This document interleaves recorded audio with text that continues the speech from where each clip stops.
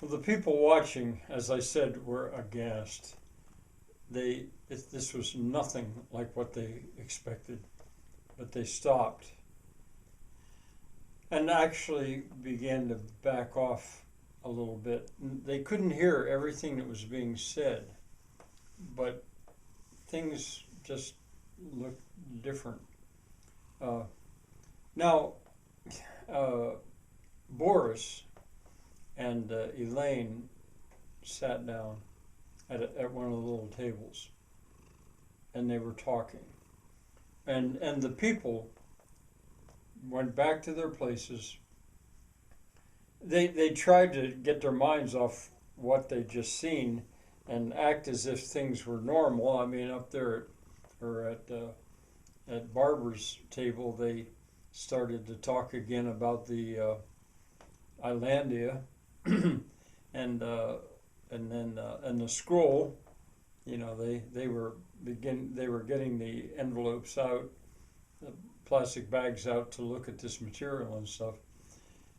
Uh, and they couldn't hear the conversation, but ultimately, what was said got around, and Elaine, on her way home that night, explained to to Violet and Edgy what had been said, and I know, so I'll tell you.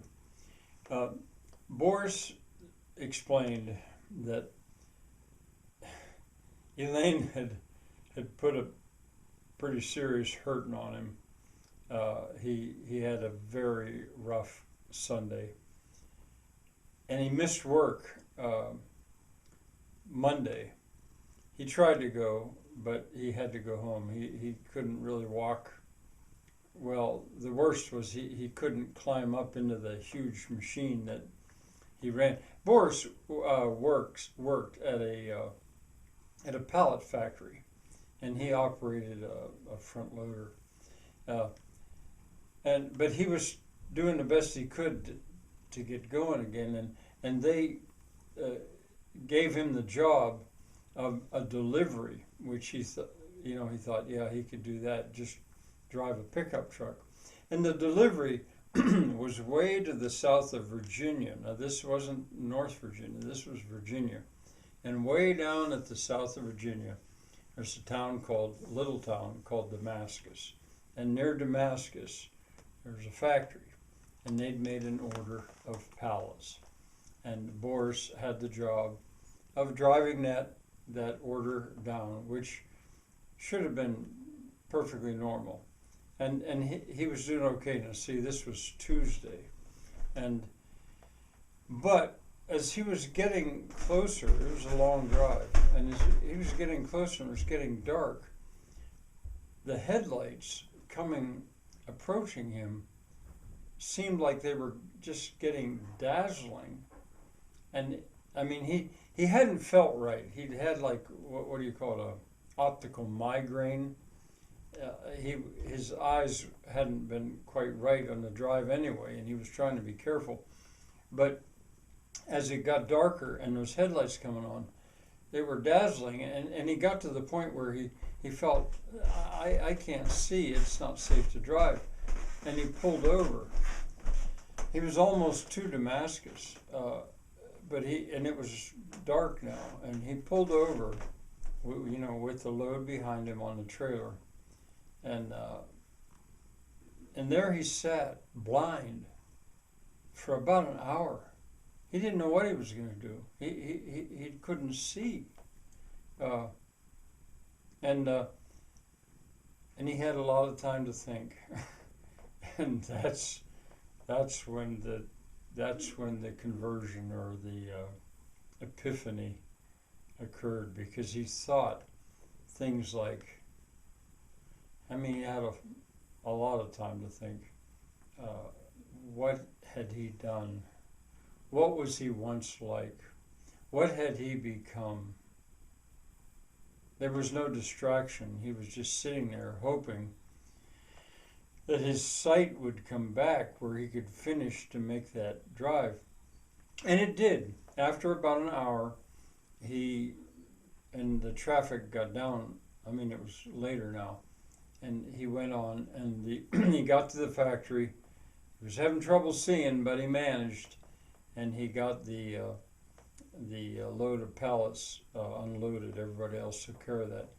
But he was in trouble, and he knew he was in trouble.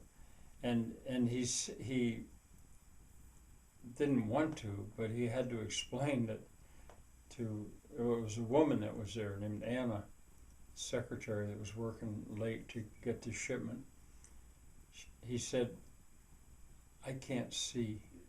I've got to go home, but I can't see. Is there a place that I can spend the night? Now, Damascus is a tiny little town, and she said, no, there actually isn't. But she had mercy, and she said, you come with me, and I'll go home to my folks. That's where I'm staying, and maybe, and that'll give you a place tonight, and maybe tomorrow you'll be okay. So what was he going to do? He accepted, and he had a comfortable place to sleep. He couldn't see well, and no one exactly knew what was going on, but they were hospitable, absolutely. And the next day, Wednesday, he still wasn't quite, he didn't feel that it would be safe for him and for others for him to drive back to North Virginia. So he spent that day in Damascus, walking around, and it was like a time out in his life. He knew nobody that was there.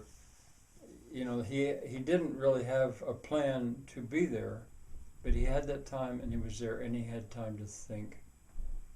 And during that time, that was when he realized, well, he saw the light.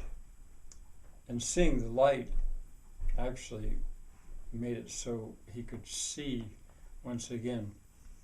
I'm making this a long story, but actually Boris made it quite a long story because it was a huge event in his life.